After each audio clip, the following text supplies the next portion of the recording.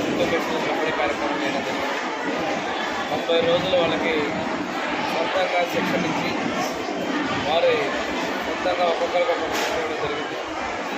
ఎన్నికల ముందు కూడా ప్రతిపక్షాలు అన్నా క్యాంటీన్ నిర్వహించారు. అప్పుడు కూడా ఫుడ్ శిక్షణ ఇవ్వడం జరిగింది. ఇవే కాకుండా చాలా చారిటీగా చేస్తూ ఉన్నారు. ఈరోజు కంచనవారిపాలెంలో సోషల్ వెల్ఫేర్ డిపార్ట్మెంట్ నుంచి ఒక హాస్పిటల్ ప్రారంభించుకోవడం. అదేవిధంగా పిఎంసీ వర్గంలో ఉన్నటువంటి క్లాస్ రూమ్స్ అంటే సైన్స్, ల్యాబ్, మెటీరియల్ కూడా చేయడం జరిగింది. తెలుగుదేశం, జనసేన, బీజేపీలో ఎన్డీఏ ప్రభుత్వం వచ్చిన తర్వాత అభివృద్ధిని, సంక్షేమాన్ని పెద్ద ఎత్తున చేస్తున్నాం. ఈరోజు విపక్ష పార్టీ సంక్షేమం గురించి, అభివృద్ధి గురించి లేనిపోయి ఎన్నో మాట్లాడుతున్నారు.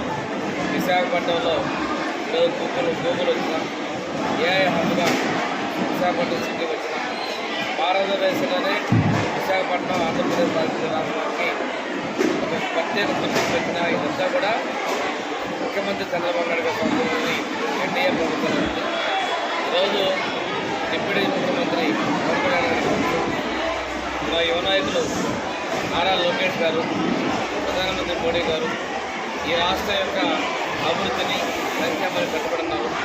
ఈరోజు లోకేష్ గారు విదేశాల్లో కూడా సిఐఏ సదస్సుకి ఇన్వైట్ చేస్తున్నారు. పెద్ద ఎత్తున పెట్టుబడులు వచ్చే అవకాశం ఉంది. గూగుల్ రావడంలో కీలక భూమిక పోషించారు. ఈ రోజున యువగణంలో లోకేష్ గారు వచ్చినటువంటివి చెప్పినటువంటి ప్రతిదీ కూడా అభివృద్ధి పూర్తి చేస్తూ ఉన్నారు. రాబోయే